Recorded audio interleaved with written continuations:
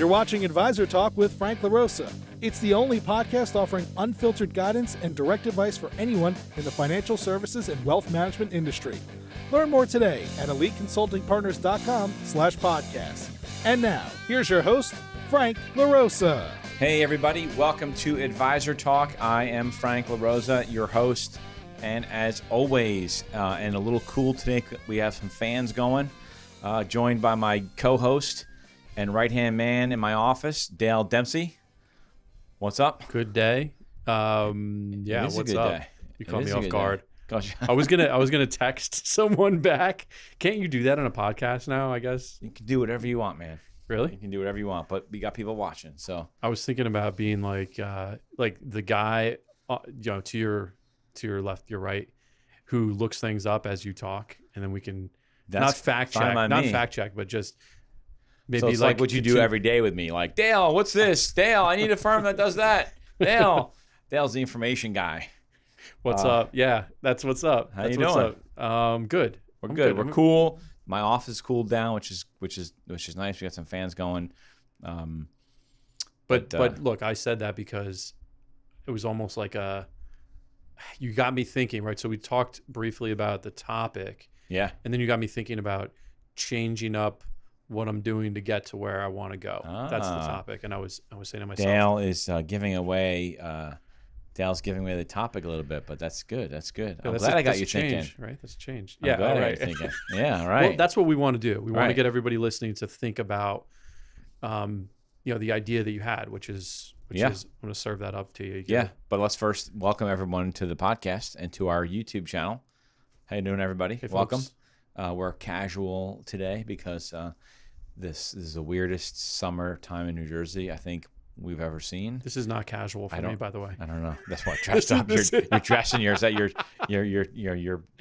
This is church clothes? Oh, this is This is as bad as casual as I get during the week at work. So it's I do have sneakers on, so my knees were killing me. Yeah. But for those of you that are joining us, welcome. For those of you that have been listening to the show before, thank you for coming back. For those of you that are new, welcome. Our intent for these shows is really just to have a conversation as if you were sitting right here with us. We try to pick up topics that are timely during the course of the week. We try to make them as if they're things that you want to hear. I spent my whole career in the financial service business, so I have this constant mindset of what it's like to be an advisor. We appreciate all the great comments that we get and feedback on our podcast, especially when we talk to people around the country and they're like, "Oh yeah, we just heard your podcast," or like, "Dude, I was just listening to a podcast. Some guy said, yeah, listen to this Advisor Talk podcast, and now you just called me. Like, it's so weird." So we appreciate it. But today's topic, which is what Dale was getting to, was really about.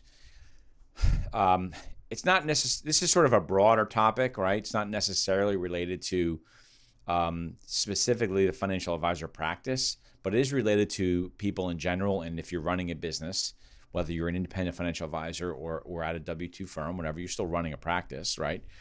But it's all about, how did you get to where you are today? We talk to a lot of successful advisors all over the country, and the ones that excite us the most are the ones that are constantly talking about improving their businesses and improving their practices and growing their practices.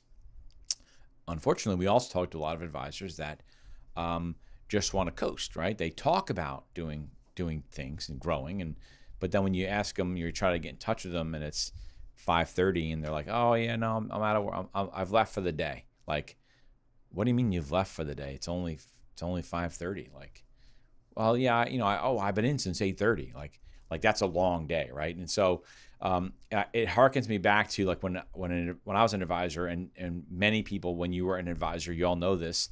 When you were a trainee, you had to grind it out for hours. Like, you had to be in the office at 7:30, 8 o'clock, and your manager's like, "Don't leave the office until 8 or 9 o'clock. You can't cold call past 9, so you should be doing it all day long and grinding it out." And those are the kinds of things that got advisors to be successful. But what really got me thinking about this is my own personal experience. And for those of you that don't know, I'm part of a group called the Arte Syndicate, and it's sort of an entrepreneur group. It's run by two great gentlemen, two mentors, Ed Milet and a gentleman by the name of Andy Frisella. And it's really all about becoming the best person you can be, and then trying to pass on that information and knowledge to other people and help people around you. And so a lot of times, if I'm not feeling great, or if I feel like I'm not doing a great job, like I'm just working my ass off, I'm like, man, what's going on? I'm tired, and it feels like I'm like in mud and I'm just spinning my wheels, right? I try to go back to my group. So that's why I have this hat here. So I keep this hat, and I have some stuff in my office that just sort of centers me back again. It's almost like putting myself in check. Like, all right, dude, what are you doing wrong? Right? And so for me, we've been really busy, as you know. It's an interesting time in our industry where advisors are more than ever before moving to independence. And it takes a lot of time to work with an advisor the right way to get them to understand where they need to go, what does their practice look like, and we really get deep with them and help them find the right firm. And so, candidly, sometimes there's not enough hours in the day to do what we need to do for all the clients that need help, which is a great problem to have. I'm not complaining. I will never complain about being busy with work. But I started to look at, yesterday I was exhausted, right? I was like sleeping on that conference call we were having, and you're like, you should go home, mm-hmm. right? And I probably should have, but I didn't. Took 5-hour energy drink and kept grinding it out. But I did eventually go home, as I always do, eventually at 10 o'clock at night. But it started me thinking about, like, is that really working for me? Right. And to a degree, it is, because you have to do the work. Right. But can I be better at it? And what can I improve on? Right. So coming in earlier, I've been coming in. I've been trying to get it a little bit earlier to catch some quiet time, get things done that are sort of working on the business versus working in the business and working with our clients. The other thing that I was trying to work through is getting up even earlier, because my personal life suffers, right? So I get up I'm exhausted when I go home, because I don't get home till 9 or 10 o'clock. My wife's ready to go to bed or whatever, right? And so there's like 2 shifts in the night, and she knows I'm really busy during the day, so it's hard to communicate. And then on Saturdays, I wake up and I still have work on my mind in the mornings, and so I'm not at work working, and I'm at home, but I'm not at home, right? I'm not present, right? Ed Milet talks about being present. If you're going to be working those types of hours, learn how to be present. And so, my philosophy is like, what got me to where I am today with our company is not going to get me to where I want to go, because I'm trying to do more work within the same hours, but it's inefficient at times. And so, so I'm working on tweaking those things. And then, so it got me thinking about, well, what are advisors doing, right? What should advisors be doing right now that maybe they have to be introspective with, right? So we're rolling into August.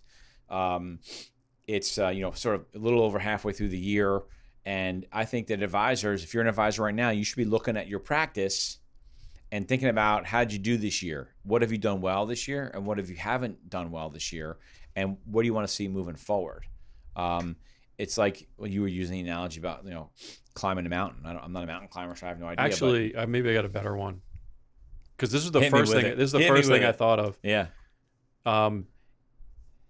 If you're launching into space, it's done in stages. You're not using the same spaceship.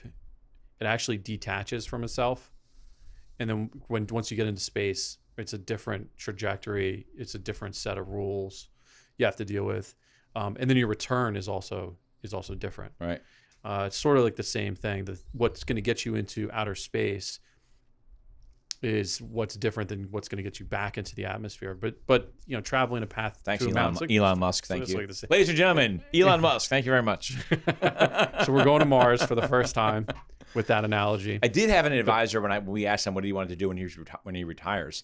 Said he wanted to be an astronaut. So I thought that was funny. That is pretty. No, that's different. But your point is like what it takes to get the rocket off the ground, off the platform, and then through the atmosphere, and then on its way to Mars. I think actually they're doing something right now where they're sending a ship to go take some samples of Mars or something. Yeah, Uncle Carl. Shout out to my Uncle Carl works at NASA. He was working on the Mars mission. Nice. I don't think you knew that though. What's up, Uncle Carl? Dude, Uncle Carl's the best. Send us some Mars sample sand. That'd be awesome. Oh, I don't know about that.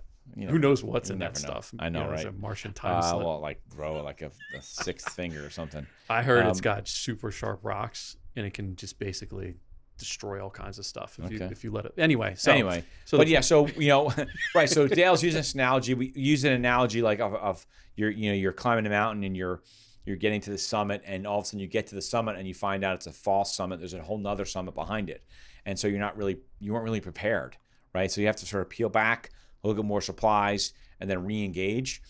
And it's the same kind of thing that I think advisors need to be doing right now with this market. And I think that just because it's the summertime and we hear this when we're calling advisors and we're talking to them like, oh, it's August, it's going to slow down, we'll take some time off. Like, why? Like, you pretty much take time off all year long, right? Now is a time when it's quiet because your clients are doing some different things, although with COVID it's more limited, that they should be looking at their practice and what they're doing and what's been successful and what got them to their $2 or $3 or $4 million practice today, and what do they need to do moving forward, right? It's like, I've heard I don't know him personally, obviously, about Bill Belichick, right? When he, you win the Super Bowl, wins these Super Bowls, and he celebrates for a little while, but then shortly thereafter, he's like, okay, let's think about next year and what can we do better? Like, what can we improve on? Like, oh my God, you just won the Super Bowl.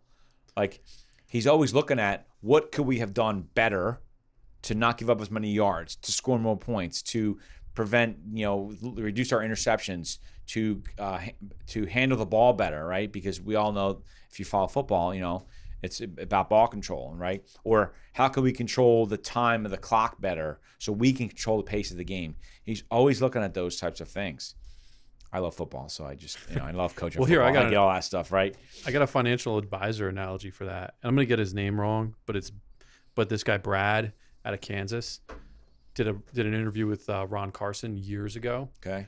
What Ron does, he'll write down all his goals. You get the name wrong, Brad? Was that a hard name to I can't remember his right? last name. Oh, okay. Got I know it. he does practice management, I think. Got it. He's out of Kansas. Sorry. So by default, he's a great guy. Got it. All right. Kansas, man. For those of you who don't know, Dale was actually born on the campus of Kansas University. So not K-State. Got it. Not Missouri. Got it. Okay. Anyway, so Ron tracks all of his goals in a notebook, and it goes back to those at the beginning of the day. But the point is, he looked back and saw the years where he did best, he was hitting about 70% of his goals. And rarely would he hit anything above that in the 80s. Right. Just next to impossible. But recenters himself on his longer term goals, and recognizes some of the most valuable things that have ever happened to him as an advisor were conversations with his clients where they told him about their mistakes, which goes to your point of doing things differently. So he came up with different hiring methods. He came up with different methods for client selection who he wanted to work with. And it was this evolution of grinding in the trenches to start, right? Sort of like being a trainee at Prudential, and then getting some clients and evolving from there. But not everyone does a great job of looking back to see the things that were successful and look forward to theorize on how. It's not an exact science, but how are you going to get to where you want to be, and recognize that you got to change some things. Yeah, and there's a bit of faith involved in that, right? You have to. I used to talk to advisors about getting rid of clients, right? Every year you should be getting rid of some clients that are dragging you down. And how you get rid of them is a different topic. But there's some faith involved there that when you get rid of that client, like, oh my God, I'm going to lose revenue. We all know like accounts to some advisors are like a whoopee, right? They just want to have all these accounts, right? Or like, we talk to some clients that have athletes as clients. Some athletes, it's not their whole business, right? But they drive them crazy. They don't really make any money, and they're almost not worth it. We have one client that has a very famous individual, which we won't use the name, very famous, very high profile. And when you look at the asset base relative to what the individual makes versus the rest of the business, my advice to him was get rid of him. Like, it's an ego thing to say that such and such is your client, but you don't make any money on him. You probably, if anything, lose money. You probably lose money. Well, right? Maybe. He loses money because of what he charges. But his rationale is, because I have this client, it's cachet to prospects. And but he makes them miserable. I don't disagree with you. Right. I mean, there's a fine line with all of that. Some of the stories I've heard were ridiculous. Yeah. So those are the things that you have to try to look through and understand. What your analogy with your story with Ron Carson is really true, because you have to always be. Some of it's ego, right? Like a lot of advisors, myself included, sometimes you don't want to think like, well, I was doing something incorrectly, right? It's not that you were doing it wrong or incorrectly. At the time, you thought it was the right thing to do, right? And so as you learned, you realized, oh, I could have done something differently, right? So advisors should not look at what they've done in the past as right or wrong. They should look at it like appropriate at the time. Excuse me. Right. You make this. I don't have COVID. I have allergies. My office is very dusty. I'm keeping my fingers crossed right now. Yeah, right. Exactly. As I'm coughing in Dale's face. But yeah, so that's the way you have to look at things. Again, it's like a football analogy. You're looking at game film, right? We did an interview with a gentleman by the name of Ben Newman, and he refers to what advisors should be doing, and they should be looking at themselves, whether it's at the end of every month, at the end of every week, whatever, like they're watching game film. Yeah. Right? Because you were here when I used to coach youth football, right? And you'd have a kid that says, "Oh, coach, I did this or I did that, or I blocked him, or whatever." And you look at the game film, and the dude wasn't anywhere near the block, right? Right. We say that the game film doesn't lie. Right. And so you have to look at your production and your productivity or lack thereof as if you're looking at it through game film, and really be fair about what you did well and what you haven't done well. So for me, I'm not doing things well.